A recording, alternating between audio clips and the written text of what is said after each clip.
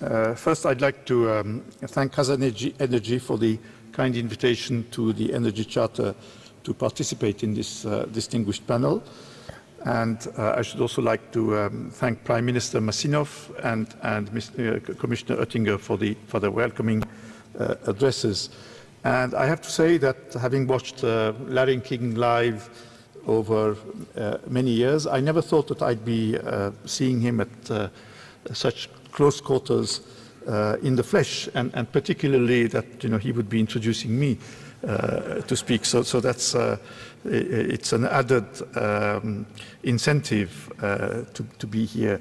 And of course, I should also like to thank the organizers for the excellent arrangements that have been made for us today. Now, the energy, of course, is an area of great importance for both producers and consumers in the context of international trade. In essence, the role of the Energy Charter, which I represent here, is to define the rules of this trade and to ensure their acceptance and understanding by all players. Today, the world of energy is experiencing huge changes and challenges. Energy markets are becoming more and more globalized. Conventional fossil fuel resources are depleting, and climate change leads us to seek and develop new sources of energy. The Fukushima incident has halted the nuclear renaissance of the early years of the millennium. According to the International Energy Agency, we are about to live through a golden age of gas. More and more players are now involved on the energy markets. International companies, national companies, states, NGOs, all have a stake in the development of the global energy scene. This turmoil brings many challenges that must be met quickly. I shall sum them up in one question. How shall we create a reliable interdependence between the energy actors in order to be prepared for the energy challenges of tomorrow? To answer, I will turn in part to the Energy Charter Treaty. The Energy Charter Political Declaration was signed in December 1991 between what is now the EU and what was then the USSR. However, the Charter now involves more than 50 states, including Kazakhstan and other CIS countries, the European Union, Japan, Turkey, Australia, and others. The Energy Charter Treaty was developed on the basis of the 1991 Energy Charter. But whereas the Charter was drawn up as a declaration of political intent to promote energy cooperation, the treaty is a legally binding multilateral instrument. The fundamental aim of the treaty is to strengthen the rule of law on energy issues by creating rules for a level playing field to be observed by all participating governments, thereby mitigating risks associated with energy-related investment and trade. The treaty provides for investment protection and security of transit. It also contains dispute settlement mechanisms, including international arbitration. Over the last 13 years, the Energy Charter Secretariat has also been working on energy efficiency within the Energy Charter process on the legal basis of the Protocol on Energy Efficiency and related economic aspects, signed by 51 states, plus the European Union, which entered into force in April 1998. I've been asked to address global energy preparedness, but I will first look at the Eurasian continent, where the Russian Federation and the European Union are the key players. The European Union is currently examining opportunities in the Caspian region, as was mentioned by Commissioner Oettinger. And the Union, of course, has other suppliers, such as Norway and Algeria, perhaps Iraq in time, and maybe Iran in the more longer-term future, should the political situation change. Russia has also other export markets than the EU, such as China, Turkey, and others. On the Eurasian continent, the key issues relate to gas. The oil market is more flexible, and most transport takes place by ship. Gas is of particular significance in the context of the Russian-EU relationship. First, Russia is not only a gas exporter. In fact, it uses domestically 2/3 of its production. Similarly, the EU is not only an importer, given that half its needs are covered by domestic sources. There is therefore an important synergy between the EU and Russia, which is long-standing, stable, and profoundly beneficial on both economic and political levels. However, like any market, the gas market is also evolving. Domestic production within the EU is in rapid decline. This therefore boosts the need for imports. On the Russian side, easily accessible gas resources are likewise in decline, which means that large-scale and long-term investment is becoming vital and urgent. Pipeline projects, particularly cross-border pipelines, require substantial investment. There are various factors which determine where and how investments are made. Energy investments can only be decided if they make sense economically, that is, if a legitimate return can be anticipated. One of the conditions for this is obviously a reliable stream of energy from production to consumption. Confirmed availability of volumes and confirmed demand is clearly a determining issue. Project financing can only go ahead if there is a clear demand for the pipeline's proposed capacity. Over the years, forming pipeline consortia has proved to be a very effective and successful tool to secure markets. Such consortia attract the necessary project financing and enable the construction of cross-border facilities.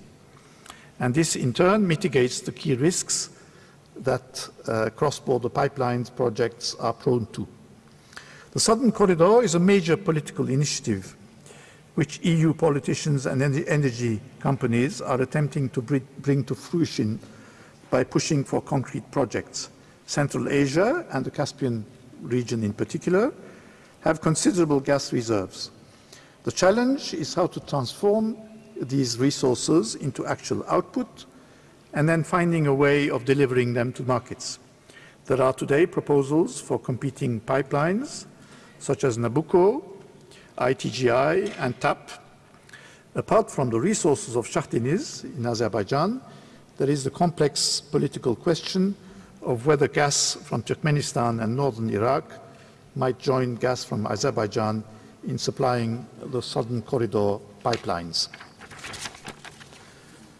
There are important political dimensions to consider. Nabucco is recognized as being of European interest. However, other projects which do not enjoy the same status, like South Stream, have also received backing from some EU member states. All the planned projects that I have referred to, including those of the Southern Corridor and South Stream, incorporate sections of existing pipelines. When all the projects are put on the same map, a clear overlap between several projects becomes visible. The need for massive investment to meet future energy demand is well documented and set to remain for the decades to come. Cancellation or even postponement could endanger the security of supply and, in consequence, the economy as a whole. Energy investments are among the most complex and capital-intensive in the world. They therefore require a high level of protection against political risk. Therein lies the difficulty. Companies, before investing colossal amounts in new production fields, must be certain that gas will be purchased. This is security of demand. This is a very pertinent question in 2011 and a very difficult one to resolve. Prior to the current economic difficulties, security of demand was taken for granted, particularly from large consumer markets such as the European Union. The economic crisis has had a significant impact on energy. Slowdown of industry has reduced energy demand in all sectors: construction, the car industry, services and others. In this context, it is noteworthy that for the first time since the end of World War II, electricity consumption and therefore demand has fallen. The economic crisis has therefore demonstrated that security of demand is also capable of fluctuation depending on circumstances. The emergence of shale gas on the US market is perhaps an even more significant phenomenon. The lack of suitable technology had previously prevented exploitation of this gas, whose existence has been known for some time. Now, thanks to technological breakthrough, shale gas is being produced in the US, thus making the North American market self-sufficient. Remarkably, as a consequence, LNG imports, which were developed by large LNG producers, are now excluded from the very market for which they were intended. Today, large quantities of LNG, previously destined for the US market, are now available for the world market. There is therefore a surplus of gas, at least on the European market, thanks to this shale gas factor and combined with a fall in demand. Therefore, there is a new, though perhaps not dramatically different situation. It requires all players to review their positions and most likely to consider new policy directions. This is an almost permanent and regular exercise for the European Union. EU energy external policy is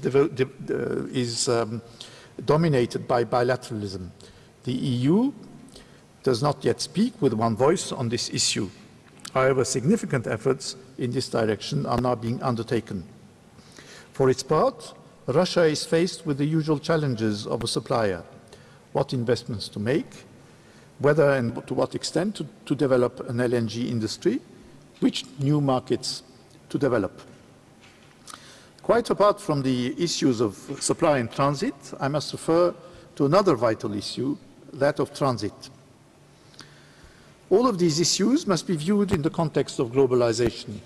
Globalization will continue and become even more pronounced. Globalization brings risks and dangers. It also has many potential benefits. To reduce the risks and obtain the benefits, globalization must be contained.